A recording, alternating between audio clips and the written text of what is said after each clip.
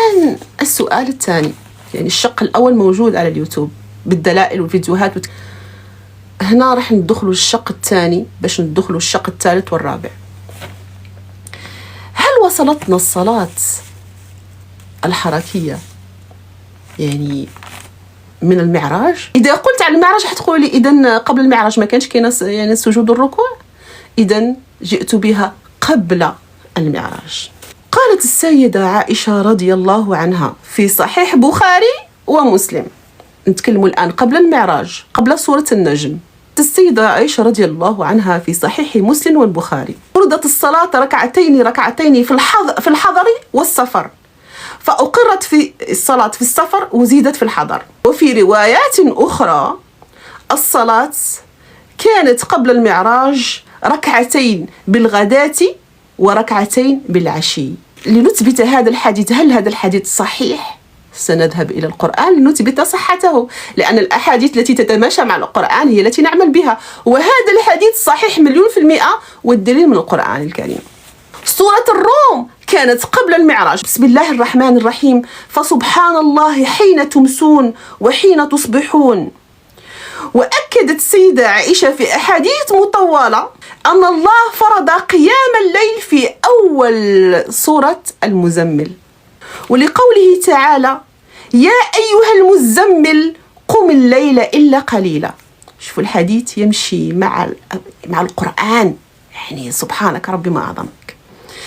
ذكرت السيدة عائشة طرفي النهار وزلفا من الليل، ذكرت الصباح في الغدي وفي العشي وقيام الليل، يعني 3. نروحوا لسورة هود، أعطيكم كل الصور قبل المعراج، يعني سورة النجم. في سورة هود: وأقم الصلاة طرفي النهار وزلفا من الليل. بسم الله الرحمن الرحيم. كذلك في سورة طه: وسبح بحمد ربك قبل طلوع الشمس وقبل غروبها وفي آناء الليل فسبح أطراف النهار. صدق الله العظيم. وكذلك في سورة الإسراء: أقم الصلاة لدلوك الشمس إلى غسق الليل. وفي سورة المزمل: إن لك في النهار سبحا طويلا. تسبيح غير السبح يعني أعطيكم الآن تفصيلات تاعها. في النهار لك في النهار متسع لقضاء حوائجك وتصرفاتك ومعاشك وتبليغ الرسالة، فجعل الليل للعبادة الله. هذه الصور كانت، وخاصة المزمل، كانت في بداية البعثة. الله عز وجل أعطى التنظيم هذا التعبدي للرسول في الصباح والمساء وفي الليل، وسميت ركعتي الغداة وركعتي العشي، يعني طرفي النهار. كل هذه الآيات تبين أن حديث السيدة عائشة صحيح، أن كان الرسول يصلي ركعتين في طرف الأول من النهار وركعتين في الطرف الأخير، وكان يقوم الليل. هذه الصلاة أنا بحثت عنها كثيرا، لأنها هي الحلقة المفقودة في كل القصة، هذه الحلقة المفقودة. إذن راح تقولون لنا لمن الرسول عليه الصلاة والسلام كان يصلي قبل المعراج؟ نعم، كان يصلي قبل المعراج، وبالدليل الذي قلته الآن أمامكم. من إذن الصلاة كانت قبل المعراج؟ نعم. ما قصة المعراج؟ مع أن قصة عظيمة جدا. الرسول عرج به إلى السماء، فدق السماء الأولى وفتحت له الأنبياء ورأى الناس نساء تعذب لكن لماذا لم يذكرها الله في القرآن؟ هم قالوا واستدلوا، أخذوا استدلالهم من هذه الآية: بسم الله الرحمن الرحيم: أو يكن لك بيت من زخرف أو ترقى إلى السماء ولن نؤمن لرقيك حتى تنزل علينا كتابا نقرأه. الله عز وجل يقول: قل لهم سبحان ربي هل كنت إلا بشر رسولا. صدق ربي. هذه نفصلها لكم ما تخافوش. إذن طلبوا منه العروج، ربي يحفظكم. شكرا على الهدية. طلبوا منه العروج، أليس كذلك؟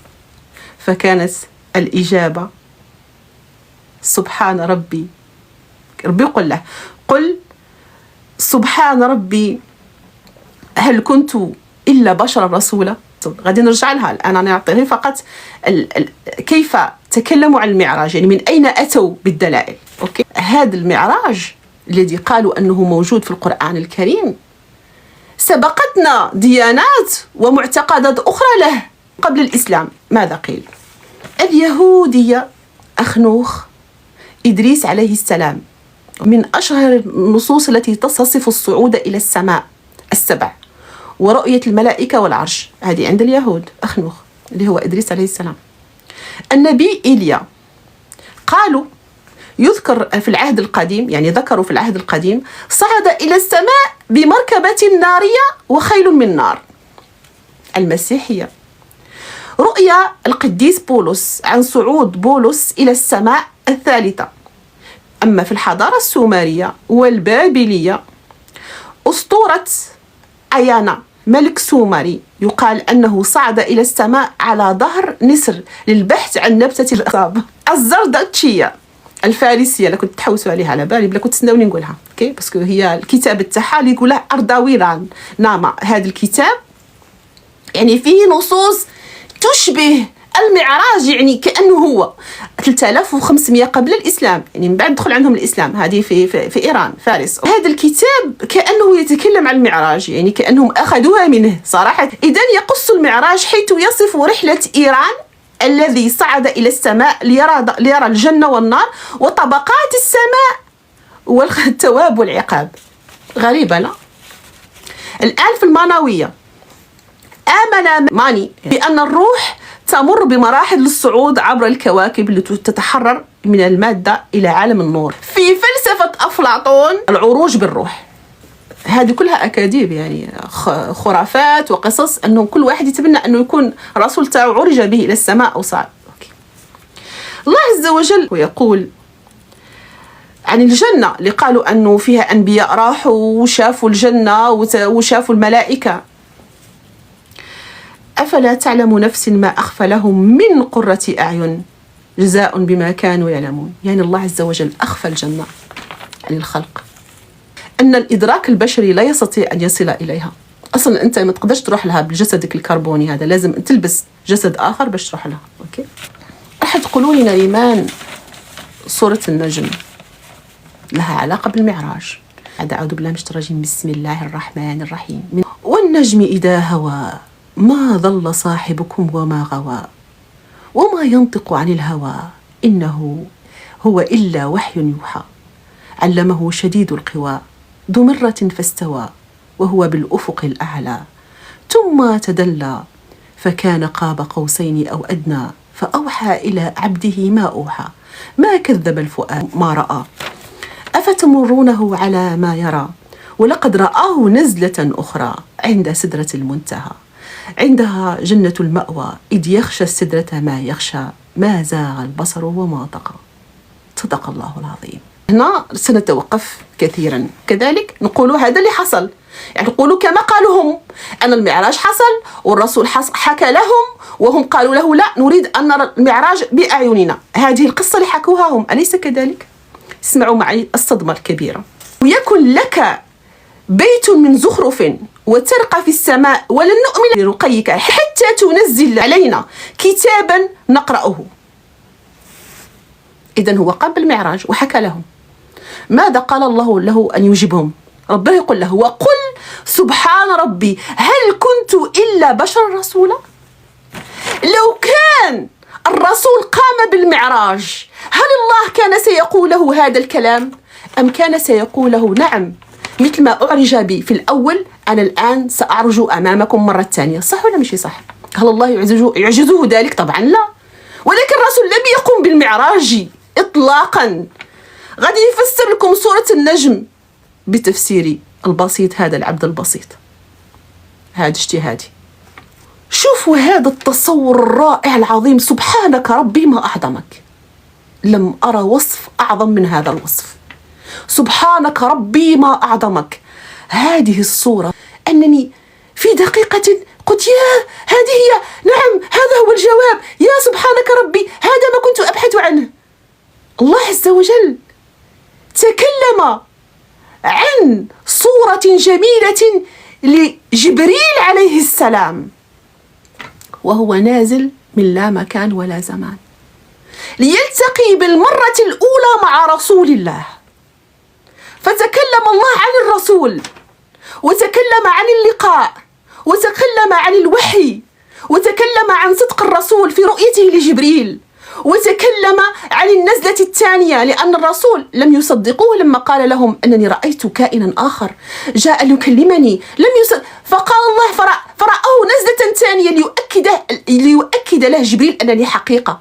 فماذا فعل جبريل؟ سبحانك ربي ما أعظمك، سبحانك ربي ما أعظمك. إعجاز علمي، هذا تكنولوجيا لا يتصورها العقل. هذه الصورة لم تتكلم عن المعراج، تكلمت عن شيء أعظم مما يتصوره العقل. بتدبري واجتهادي، والله أعلم. والنجم إذا هوى ما ضل صاحبكم وما غوى. يعني نزل من السماء شيء، نجم، هوى نزل. عندما حكى لهم قالوا يعني غير حقيقي كلامك، فقال الله ما ضل صاحبكم وما غوى وما ينطق على الهوى. يعني الشيء اللي قال لكم الرسول، الصورات والآيات اللي جابهم لكم الآن، وما ينطق عن الهوى إن هو إلا وحي يوحى. الله عز وجل أوحى له من جبريل عليه السلام. شوفوا المنظر، شوفوا الصورة. علمه شديد القوى